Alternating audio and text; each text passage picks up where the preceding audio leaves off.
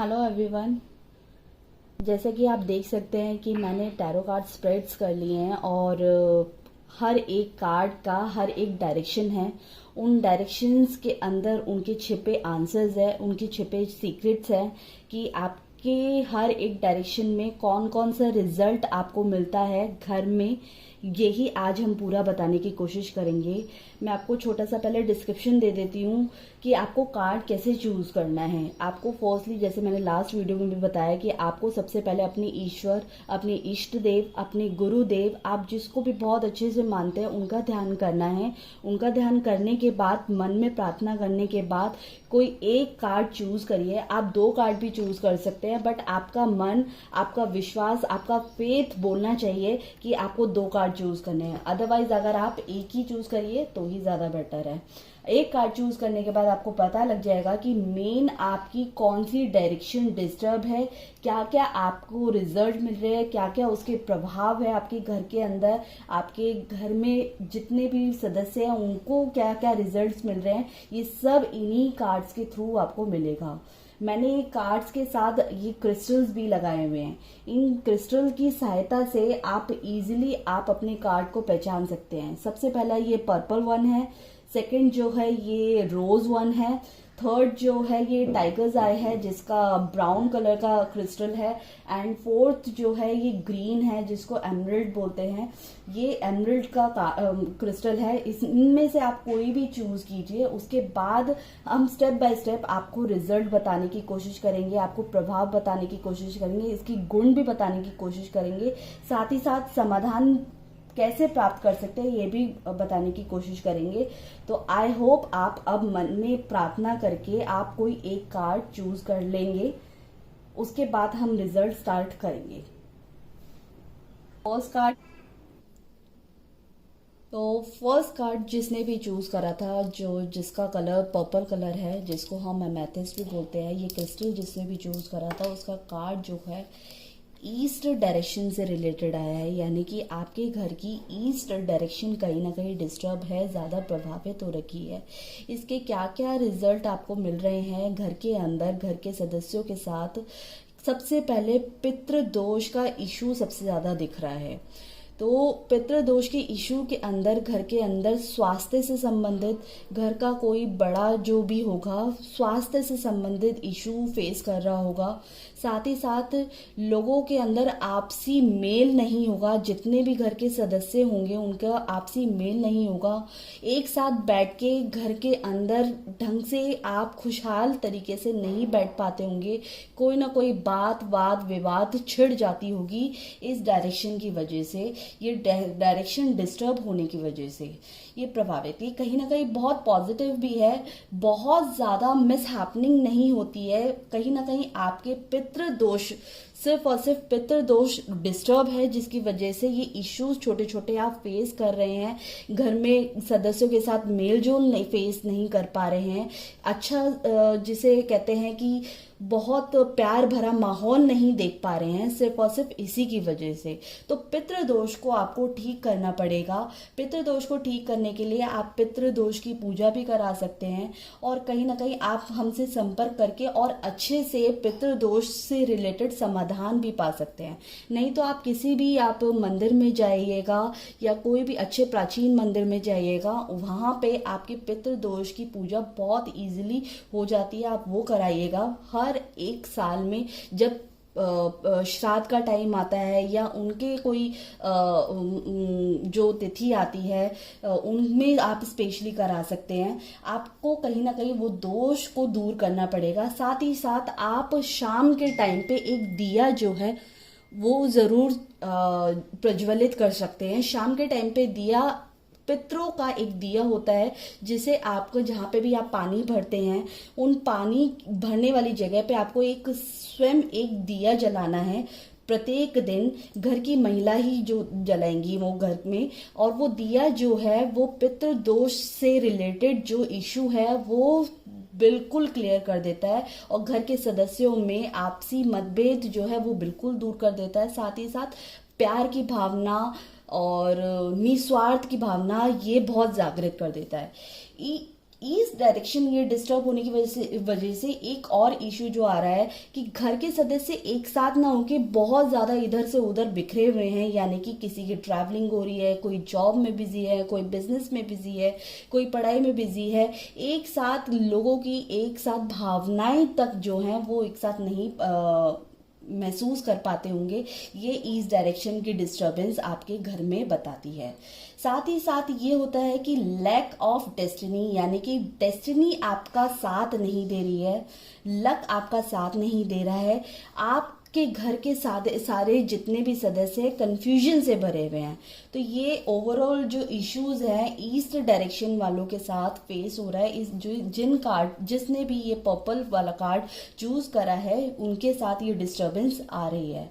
तो आपको जो मैंने समाधान बताया है आप वो भी कर सकते हैं, और आपको और अच्छे समाधान चाहिए आप हमें भी संपर्क कर सकते हैं, सोबती ज्योतिष घराना में भी संपर्क कर सकते हैं। आपको बहुत अच्छे अच्छे रिजल्ट और फल बहुत महीने भर के अंदर रिजल्ट अच्छे अच्छे मिलना स्टार्ट हो जाएंगे। तो आपने कैसे सेकंड कार्ड यानी कि रोज कार्ड को जिसने भी चूज करा था उसका ये कार्ड होगा। उसका जो जिसने भी रोज क्वाड को चूज करा था उसका वेस्ट डायरेक्शन जो है वो डिस्टर्ब है। वेस्ट डायरेक्शन के अंदर जैसे भी आप कार्ड के अंदर देख सकते हैं, जो मुझे एनालाइज करते हुए ये दिख रहा है कि कहीं ना कहीं गेन से संबंधित इश्यूज बहुत ज्यादा आते होंगे। जो भी पैसा आता है फिजूल खर्ची बहुत ज्यादा होती है। घर के जितने भी सदस्य हैं वो खर्च से रिलेटेड बहुत ज्यादा कनेक्टेड है। सेविंग बिल्कुल कम है और खर्चे बहुत ज्यादा हो रखे हैं। चाहे वो घर की महिला हो चाहे वो घर का पुरुष हो, हमेशा सेवा के नाम पे खर्च बहुत ज्यादा होता है। तो ये एक इशू इसके अंदर आता है। साथ ही साथ धन का नाश आए दिन आपको फेस करना पड़ता होगा, और साथ ही साथ आपको कहीं ना कहीं जो थॉट्स हैं वो सीधा लिटरली सेविंग से रिलेटेड बिल्कुल नहीं आते होंगे, और लोगों को सेवा की भावना से लोगों की हेल्प करना ये सब चीजें बहुत ज्यादा दिखाई दे रही है, बट सेविंग घर के अंदर बिल्कुल नहीं दिखाई दे रही है। ये इशू वेस्ट से रिलेटेड कहीं ना कहीं दिखाई देता है। एक और चीज आती है कि वाद विवाद में कहीं ना कहीं लोग फंसे हुए हैं। एक कानूनी संबंधित जो है वो इशू वेस्ट डायरेक्शन वाले यानी कि जिसने भी ये कार्ड चूज करा है वो कानूनी संबंधित इशू फेस कर रहे हैं, जिसकी वजह से अगेन जो है उसकी वजह से पैसा फिर दोबारा पानी की तरह बहा जाया जा रहा है। तो इसमें आपको सबसे पहले क्या करना है कि वेस्ट डायरेक्शन के अंदर आप देख सकते हैं कि अर्थ तत्व बहुत ज्यादा, वेस्ट डायरेक्शन स्पेस से रिलेटेड होती है, शनि से रिलेटेड होती है। तो कहीं ना कहीं अर्थ तत्व बहुत ज्यादा आपने एनालाइज कर रखा होगा। तो एनहांस करने का मतलब ये हो गया अर्थ तत्व को सबसे ज्यादा कम करना, और स्पेस यानी कि इस डायरेक्शन को आप जितना हल्का रखेंगे वो डायरेक्शन जो है आपकी उतनी ही प्रभावी होगी, उतना ही पॉजिटिव रिजल्ट देगी। जितना भी भारी चीजें अगर आपने इस डायरेक्शन के अंदर रखी हुई है तो कृपया करके उसको दूर कर दीजिए, क्योंकि ये आपके पैसों के अंदर, ये आपकी हेल्थ के अंदर, ये आपके सेविंग्स के अंदर बहुत ज्यादा डिस्टरबेंस देने वाली है। हो सकता है कि आप कानूनी मामला अगर आपका कोई चल रहा है उसके अंदर भी आपको लॉस फेस करना पड़े। तो आप जितना भी जो भी भारी सामान है उसको दूर कर दीजिए, और जितना भी डार्क चीजें हैं उनको दूर कर दीजिए। इधर थोड़ा एनलाइटन कीजिए किसी भी तरीके से, चाहे आप लाइट जला दीजिए, आप इसको हर शाम के टाइम पे थोड़ा सा एक दिया जला दीजिए। दिया नहीं जला सकते तो लाइट तो स्पेशली जला के रखिएगा। ये एक अच्छा सोल्यूशन है वेस्ट डायरेक्शन का, आपकी सेविंग का, आपके फिजूल खर्चे का। अब हम बात करते हैं थर्ड कार्ड की, जिसने भी ब्राउन कलर के क्रिस्टल को यानी कि ट्रैगर आई के क्रिस्टल को चूज किया है उनका कौन सा डायरेक्शन डिस्टर्ब है। तो चलिए देखते हैं। ये जो है कार्ड जो है नॉर्थ और नॉर्थ ईस्ट से रिलेटेड ज़्यादा से ज़्यादा दिखाई दे रहा है, यानी कि आपका नॉर्थ और नॉर्थ ईस्ट दोनों ही डिस्टर्ब दिखाई दे रहे हैं। इस डायरेक्शन में कहीं ना कहीं आपको वाहन, पुत्र और पशु इन तीनों चीज़ों से कष्ट झेलने पड़ते होंगे। साथ ही साथ धन का नाश भी इस कार्ड के अंदर, इस डायरेक्शन के अंदर दिखाई दे रहा है। यानी कि आप अपने घर के नॉर्थ और नॉर्थ ईस्ट को चेक कीजिए, आपको इन सब चीज़ों से संबंधित इश्यूज आते होंगे। ये डायरेक्शन जो है मून से रिलेटेड है, तो कहीं ना कहीं मन की अस्थिरता को भी दिखाता है, यानी कि अनस्टेबिलिटी को भी दिखाता है। एक स्टेबल माइंड से कोई काम फ्लरिश होके करना, ये कहीं ना कहीं घर के सदस्यों में लैकनेस को दिखाता है, यानी कि कमी को दिखाता है। और कहीं ना कहीं घर के जो कोई भी आपके पुत्र हैं, इसमें जो घर के सदस्य हैं, यानी कि घर के सदस्यों में स्पेशली आपके बच्चों में कहीं ना कहीं पढ़ाई से संबंधित इश्यूज फेस कर रहे हैं। उनका मन ना लगना, यानी कि कहीं ना कहीं अगर मन भी लगता होगा तो मार्क्स के अंदर, स्कूल के अंदर कहीं ना कहीं डिस्टर्बेंस आना, ये इशू दिखाई दे रहे होंगे। स्कूल के अंदर सोशली जो है वो डिस्कनेक्शन दिखाई देता होगा, बिल्कुल एक मेल जोल अच्छे से नहीं दिखाई देता होगा उनके फ्रेंड्स के साथ, लोगों के साथ, तो ये डिस्टर्बेंस दिखाई दे रही है। ये कार्ड जो है एक शत्रु पे विजय प्राप्त करने वाला भी होता है, जिसमें कहीं ना कहीं अगर ये आपकी डायरेक्शन डिस्टर्ब है तो शत्रु पे विजय आप प्राप्त नहीं कर पाएंगे, आप फाइट बहुत अच्छे से नहीं कर पाएंगे, भय की स्थिति हमेशा बनी रहेगी। और एक धन से रिलेटेड डर हमेशा बना रहेगा कि कहीं आज ये मेरा धन, इसका लॉस ना हो जाए, इसका दिक्कत ना हो जाए, कहीं ना कहीं इस चीज़ की कमी ना हो जाए। इन सब चीज़ों से रिलेटेड आपको दिक्कतें ये फेस करनी पड़ सकती है। नॉर्थ और नॉर्थ ईस्ट को चेक कीजिए, कहीं ना कहीं धन धान्य से रिलेटेड, शत्रु पे विजय प्राप्त करने से रिलेटेड गृह स्वामी को हमेशा फेस करनी पड़ती होगी। और एक और चीज़ इसमें दिखाई देती है कि कहीं ना कहीं गृह स्वामी या कोई भी घर के एक लोग जो है, कोई सदस्य जो है, कोई एक बुरी लत में फंसा हुआ होगा।